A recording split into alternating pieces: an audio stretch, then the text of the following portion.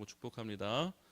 오늘은 바나바와 사울을 따로 세우라라는 제목으로 사도행전 13장 말씀을 함께 나눕니다. 이제 사도행전 13장이 시작되었습니다. 1절에 보시면 이제 안디옥 교회가 등장을 해요. 우리 교회 송파동 교회도 이 안디옥 교회와 같은 교회가 되었으면 좋겠습니다. 이제 사도행전 1장 8절에 보시면 오직 성령이 너희에게 임하시면 너희가 권능을 받고 예루살렘과 온 유대와 사마리아와 땅 끝까지 이르러 너희가 내 증인이 될 것이라고 이제 말씀을 하셨어요. 예수님께서 하늘로 올라가시면서 그 말씀을 주셨는데 가만 보면은 오직 성령이 너희에게 임하시면, 그러니까 사도행전 첫 부분에 보면은 이제 성령이 임하는 내용이 나오잖아요.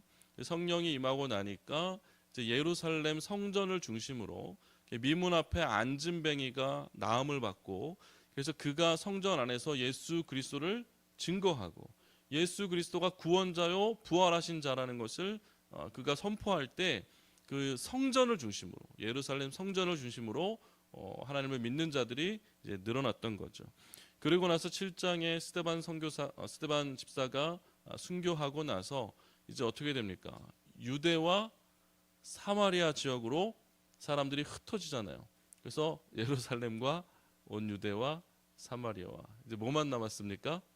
땅끝만 남은 거예요. 그래서 이제 오늘 땅끝 선교가 본격적으로 시작되는데, 그 땅끝 선교에 쓰임 받는 교회가 이 안디옥 교회고, 여기에서 이제 바나바와 사울을 따로 세워서 그를 파송하게 되는 아주 귀한 이야기가 나오게 되는 겁니다.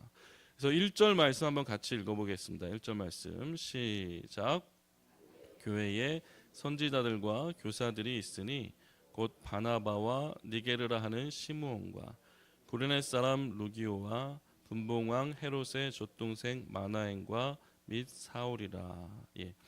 5명의 사람들이 나옵니다. 이 안디옥 교회라는 곳에 있는 말하자면 핵심 지도자들이었던 것 같아요. 그래서 이제 선지자들 또 교사들이라고 설명하고 있는데, 그 이름은 우리가 잘 알고 있는 이제 바나바. 아마 이 당시에는 사울보다 좀 눈에 띄고 또 괄목할 만한 그런 교회의 헌신이 있었던 것 같습니다. 그래서 이제 바나바. 그리고 등장하는 사람이 니게르라 하는 시므온. 이 사람은 아마 흑인이었을 것이라고 이렇게 학자들이 이야기하죠. 또 구레네 사람 루기오, 구레네 출신 루기오라는 사람인데 여러 가지 해석들이 있지만 예수님의 십자가를 대신 지었던 그 사람일 것이라고 이렇게 이해를 하기도 합니다. 그리고 분봉왕 헤롯의 젖동생 마나엔, 이분은 이제 여자였을 것이라고 하는데, 분봉왕 헤롯의 젖동생이라고 하니까 어떤 왕족, 어떤 귀족의 어떤 일가 중에 한 명으로 우리가 이해를 할 수가 있습니다. 그리고 이제 사울이 나오는데, 이 사울은 누굽니까? 우리가 이제 다 알고 있으니까 사울이지, 사실 이 당시만 해도 예수를 핍박하던 자예요. 사실은 핍박하고 회심한 지 얼마 안 돼서 진짜인지 가짜인지 좀 의심스러운 그런 사람이 이 사울이기도 한 거예요. 그런데 보시면 참 이게 너무 은혜가 되는 내용입니다. 사실은 내용들이 안디옥 교회의 지도자들 5명이 나오는데, 이 사람들의 성별도 다르죠, 피부색도 다르죠, 그들의 배경이 다릅니다. 어떤 신분도 달라요. 뭐 이런 것들을 볼 때 이 다양한 계층의 다양한 배경을 가진 사람들이 한 교회에서 한 뜻으로 같은 리더의 역할들을 하고 있는 거예요. 그러니까 어떻게 이것이 가능할까 싶은 겁니다. 근데 곰곰이 생각해 보면 이들 마음속에 예수 그리스도라는 어떤 공통된 신앙의 고백이 있기 때문이 아닐까, 이런 생각을 하는 거예요. 오늘날 많은 교회도 사실은 공통된 고백을 하고 있죠. 우리가 다 같이 예수님을 믿는다는 고백을 해요. 그러나 이 당시 이 안디옥 교회 사람들이 했을 예수의 고백, 이것을 한번 우리가 좀 더 묵상해 봤으면 좋겠어요. 이제 예수님이 죽으신 지 얼마 되지 않습니다.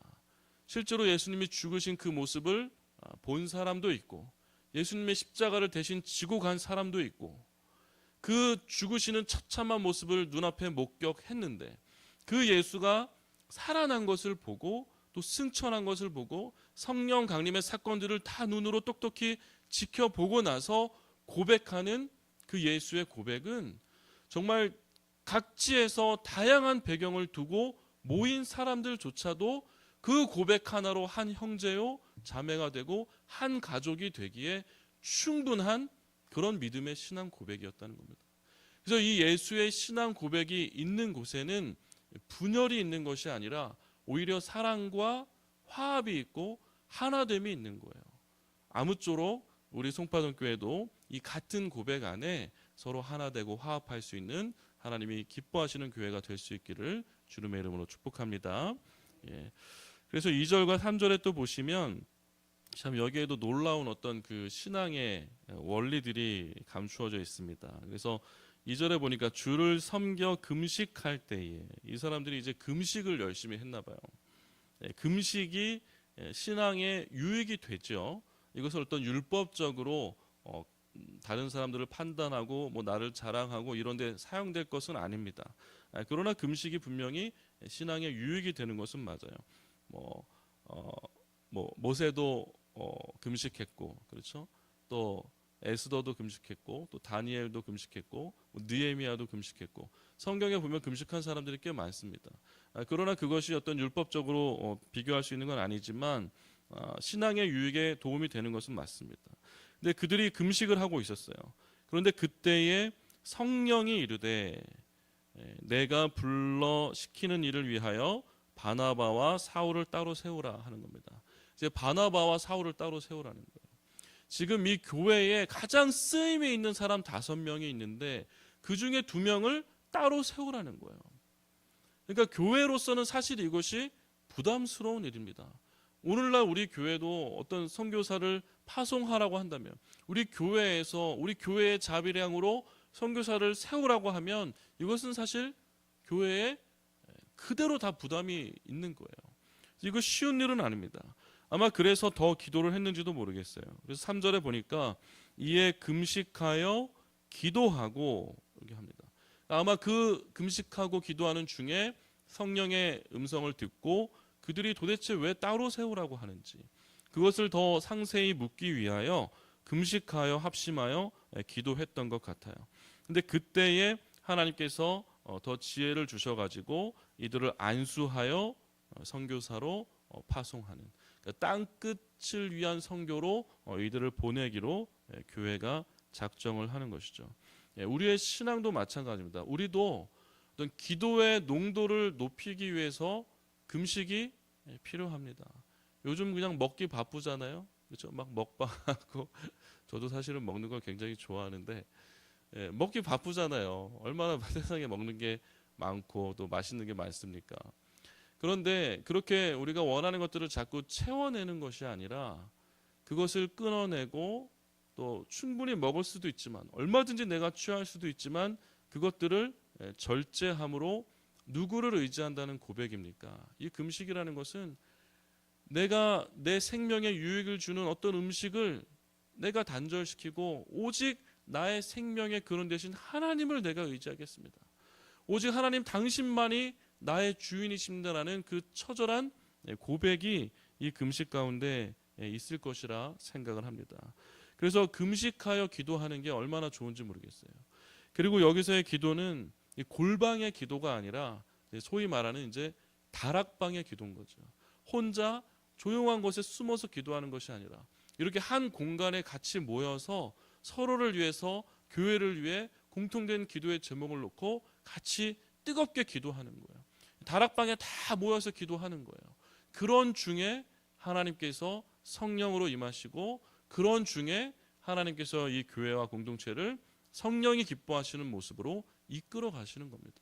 그래서 우리 교회도 골방의 기도도 좋죠. 그것도 필요합니다. 그러나 이 다락방에 모여서 우리가 같이 뜨겁게 서로를 위해 또 교회를 위해 또 하나님의 영광을 위해 기도할 수 있는 그런 우리가 되었으면 좋겠습니다. 그래서 이제 그 다음에 보니까 이제 어디로 파송합니까? 이제 본격적인 파송이 시작되고 소위 말하는 이제 바나바와 사울의 1차 선교 여행이 이제 시작이 되는 겁니다. 그 4절을 보시면 두 사람이 성령의 보내심을 받아 실루기아에 내려가 거기서 배 타고 구브로에 갔다 이렇게 기록합니다. 구브로는 소아시아 지역 터키의 밑에 있는 그 섬이죠. 섬이 좀 큽니다. 그래서 뭐 서울보다도 훨씬 크고 경기도를 합친 서울 뺀 경기도를 경기도만한 그런 이제 대단히 큰 섬인데 지금은 이제 그리스와 터키가 튀르키예라고 하죠. 요즘은 이제 그리스와 튀르키예가 각각 땅을 조금씩 나눠서 이렇게 약간의 분쟁이 있어가지고 이렇게 나눠서 쓰고 있습니다. 터키 밑에 있는데 가까운 그리스가 군사적으로 이 지역을 계속 이제 점령하고 있었는데 그 안에는 이제 또 튀르키예 사람도 같이 살고 있어서 약간 분쟁이 있어서 지금은 어떤 국경을 나누어 쓰고 있다고 그렇게 합니다. 그러나 이 지역이 구브로 이 섬에 누구냐면 이제 바나바의 고향이기도 하죠. 이 구브로 섬으로 이제 갔던 것 같아요. 뭔가 좀 편하게 가서 선교를 하고 싶었던 것 같기도 합니다.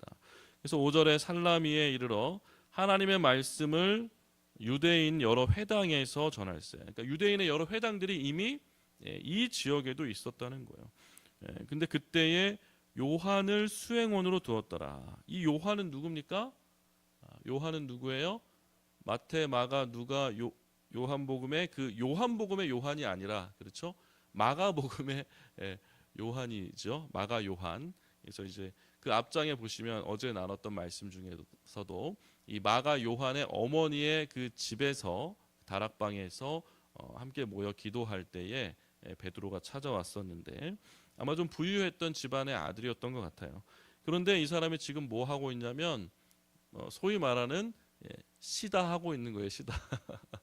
이 두 선지자들의 어떤 수행원으로서 그를 돕고 있는 참 낮아지고 겸손해지는 그 모습을 우리가 참 보게 됩니다.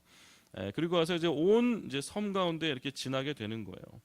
그런데 참 재밌는 것은 첫 번째 선교이기도 해서 또 바울과 이 바나바가 함께 선교하는 거라서 뭔가 어떤 대단한 일들이 일어날 것 같기도 하지만 이 7절에 나오는 총독 서기오 바울을 만나기까지 아마 대단한 선교의 열매가 없었던 것으로 이렇게 해석이 되기도 하는 거예요. 뭔가 그냥 평범하고 여러 가지 전하고 또 회당에서 말씀도 가르치고 했지만 그냥 그럭저럭 그냥 지나가는 어떤 그런 시간이지 않았을까. 그런데 하나님의 인도하심으로 그가 7절에 총독 서기오 바울과 함께 있으니 그러니까 이제 어떤 이 마술사가 총독 서기오 바울과 함께 있는 것을 보는데 총독 서기오 바울을 만난 거죠.